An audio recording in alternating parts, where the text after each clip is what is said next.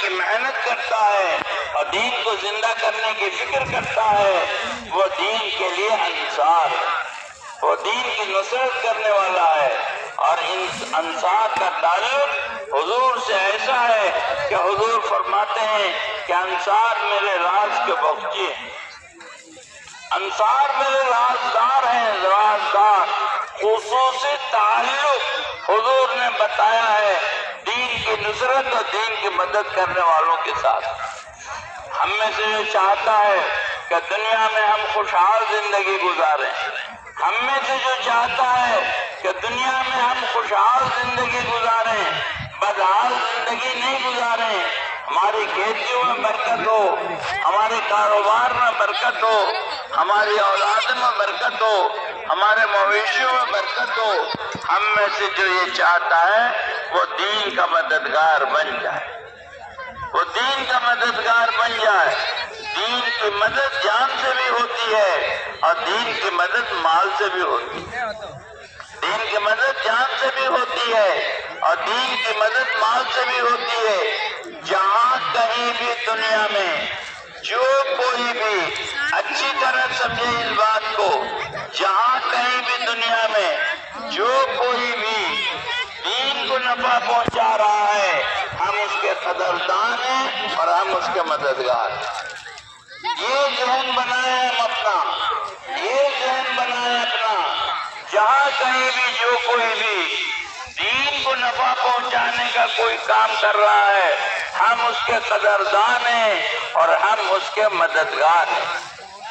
دین کا ایک کام دوسرے کام کا مقابل نہیں ہوتا، دین کا ایک کام دوسرے کام کا مقابل نہیں ہوتا، بلکہ دین کا ایک کام دوسرے کام کا معین ہوتا ہے، مقابل نہیں ہوتا۔ تقابل نہیں ہے دینی شعبوں میں، اگر دینی شعبوں میں تقابل ہوگا تو تقابل سے تفاضل پیدا ہوگا۔ یہ بڑائی کی بات ہے، یہ تکبر کی بات ہے، پھر آدمی یہ کہے گا کہ میرا کام آپ کے کام سے اچھا ہے، میرا کام آپ کے کام سے اچھا ہے۔ یہ نہیں، میرا بھی ایک کام ہے، میرا بھی کام ہے، یہ نہیں، میرا بھی ایک کام ہے۔ نماز اور روزے میں ٹکراؤ نہیں ہے، نماز نہیں کہتی ہے کہ میں افضل ہوں اور روزہ نہیں کہتا ہے کہ میں افضل ہوں۔ نماز اور روزے میں ایک دوسرے کے معین ہیں، یہ دو عمل ہیں جو دونوں ایک دوسرے کے معین ہیں۔ روزوں سے نماز کو قوت ملتی ہے اور نماز سے روزوں کو قوت ملتی ہے۔ اسی طرح دین کے تمام شعبوں میں ایک شعبے سے دوسرے شعبے کو قوت ملتی ہے، ایک شعبے سے دوسرے شعبے کو قوت ملتی ہے۔ اس لیے دین کے تمام شعبوں میں تعاون ہے، دین کے تمام شعبوں میں تعاون ہے، دین کے کسی شعبے میں بھی تقابل نہیں۔ قبول کیا تو ہم نے دین کی جڑیں کھود دی اور ہم نے دین کو برباد کیا۔ دین کے شعبوں میں تقابل